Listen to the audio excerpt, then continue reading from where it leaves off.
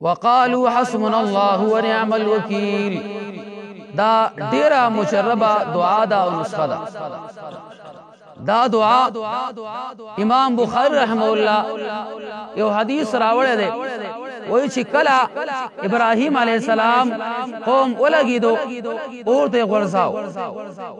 ابراهیم علیه السلام په دا وخت کې دا کلمه ویلې وه وقالوا حسبنا الله ونعم الوکیل. دارنگی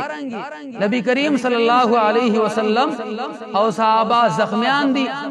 شیطان کړي شوی دی، بدا وخت کې دی وقالو حسبنا الله ونعم الوکیل. نو الله د دیو مدد او نصرت کو ما او تا ته هم دا نصیحت ته کله مشکلات راځي نو دا آیات مبارک وای الله تبارک وتعالى بس تاسو مشکلات